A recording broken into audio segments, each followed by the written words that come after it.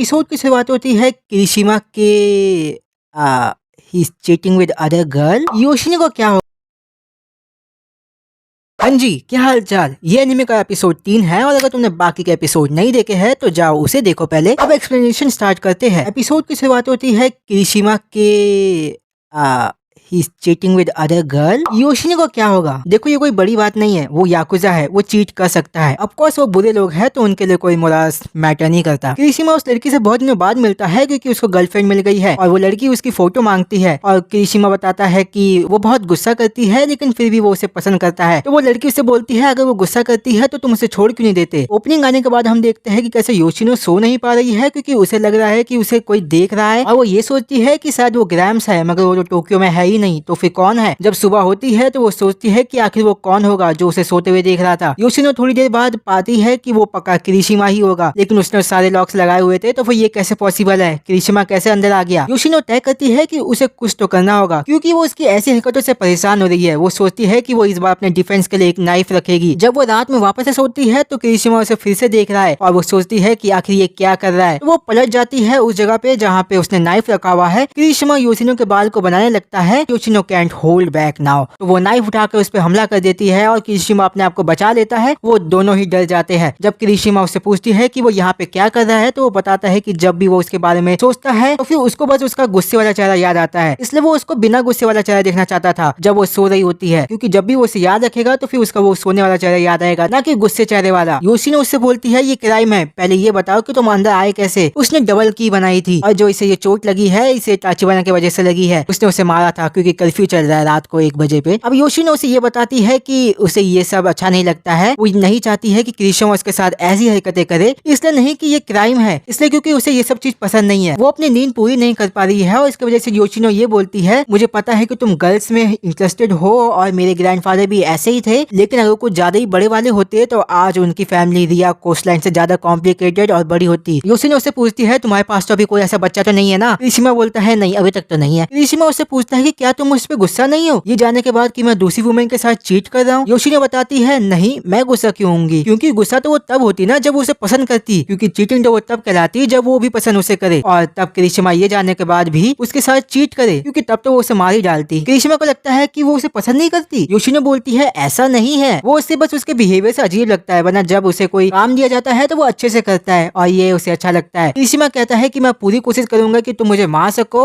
After I cheat on you. इसका मतलब वो चाहता है कि वो उसे पसंद करे और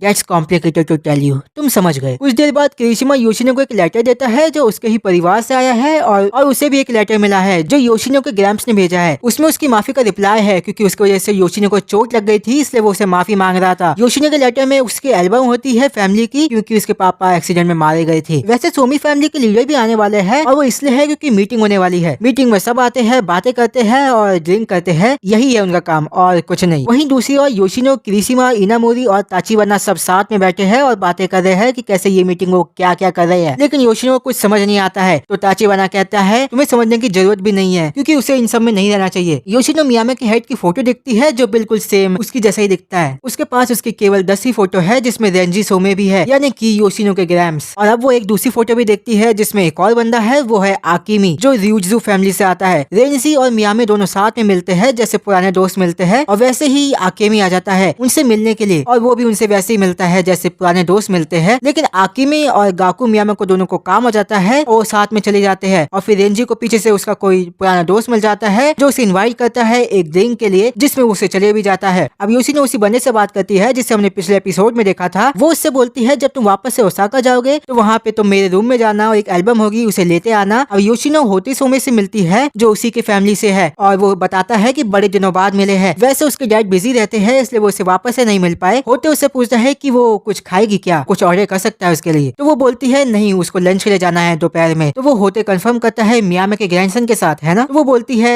हाँ उसी के साथ ही। तो होते उससे पूछता है कि आखिर वो बंदा कैसा है। योशिनो बोलती है कि मुझे अगर उसे डिस्क्राइब करना हो तो वो एक मैसोचिस्ट, वुमेनाइजर, डिस्ट्रक्टिव और फेक स्माइल गाय है। वैसे ये उसने अपने मन में बोला था, असल में बोलती है वो एक मेंटली स्ट्रॉन्ग बंदा है। होते बोलता है कि तुम्हें उसे समर ब्रेक में ओसाका लाना चाहिए। तो योशिनो पूछती है क्यों। वो बोलता है ऐसे ही क्योंकि तुम्हें उसे बहुत देर से झेल रही हो। वैसे होते ने उसे बचपन में पाला है तो तुम समझ गए हो वो उसे मिस कर रहा है बस, और कुछ नहीं। तभी एक बंदे की एंट्री होती है सोमा नाम की। सोमा उसके लिए वही एल्बम लेके आया है जो उसने मंगवाई थी, लेकिन योशिनो उसे दूसरे कपड़े पहनने को कहती है। हमें पता चलता है कि सोमा 3rd ईयर में है जो याकुजा से फाइट कर चुका है। उसके शरीर पे भी टैटूज है जो याकुजा जैसे ही है। वही दूसरी तरफ किरिशिमा के घर में एक बेसमेंट है जो उसे यूज करता है, जिसमें वो एक फाइल को देखता है लोगों की जानकारी रखने के लिए, जिसमें वो सोमे के बारे में जानता है। उसका पूरा नाम है सोमे तोराइशी। मिडिल स्कूल में वो अपने फादर के साथ रहने लग गया था और बाकी की जानकारी हमें बताई नहीं गई। किरिशिमा उसके बारे में जानना चाहता है क्योंकि वो उसमें इंटरेस्टेड है। वहीं पे सोमा और योशिनो रेस्टोरेंट में खाना खा रहे हैं जहाँ पे वो बात करते हैं किरिशिमा कैसा है। उसका अभी भी वही सेम जवाब है कि वो बंदा परेशान करता है और हार्ड टू बेयर है। तो सोमा पूछता है क्या वो तुमसे सच में शादी करना चाहता है। तो योशिनो बोलती है पता नहीं, क्योंकि वो सीरियस नहीं लगता है अपनी बातों से तो, और वैसे वो भी उसे शादी नहीं करना चाहती है। वो बस 1 साल तक उसके साथ रहेगी और फिर टाटा बाय बाय, नहीं करेगी उसके साथ शादी। सोमा उसे पूछता है क्या उसे पता है कि आखिर वो टोक्यो में क्यों आई है। योशिनो बोलती है क्योंकि ग्रैप्स ने उसे बोला था इसीलिए। योशिनो बोलता है इसके पीछे कुछ और रीजन है, वो है एक feud between the east and west yakuza families जो खत्म हो गई थी, ऐसा योशिनो को लगता है, लेकिन ऐसा नहीं है। वो दोनों साथ में आए थे जिससे कि वो अपना प्लान पूरा कर सके और अब एक और फ्यूड होने वाला है। रात को योशिनो सोमे के घर में चली जाती है क्योंकि वो बहुत ज्यादा खाना खा चुकी है और उसे नींद आ रही है। सोमे बोलता है तो सो जाओ। वो बताती है कि वो बस हर दिन किरिशिमा को मारने या उसके हाथों से मर जाने के बारे में सोचती रहती है। तो सोमा उससे पूछता है क्या तुम ठीक हो। योशिनो कहती है हाँ मैं ठीक हूँ, लेकिन मुझे बस ओसाका जाना है तुम्हारे साथ। सोमा बोलता है क्या तुम चाहती हो कि मैं उसे मार दूं। जैसे तुम बता रही हो उसे तो लगता है कि वो एक डिसेंट पर्सन नहीं है। वैसे वो भी एक डिसेंट पर्सन नहीं है, लेकिन वो कहती है तो फिर वो उसे मार सकता है। योशिनो शॉक में है क्योंकि वो जानती है कि वो ये सब कर सकता है, इसलिए वो कुछ बोलती नहीं है। सोमा बाहर चले जाता है स्मोक करने के लिए और उसे ये बोलता है कि मैं तुम्हारे जवाब का वेट करूंगा। जब वो स्मोक कर रहा होता है तो किरिशिमा आ जाता है और वो कहता है कि ये नॉन स्मोकिंग एरिया है, वो उससे कुछ बात करना चाहता है।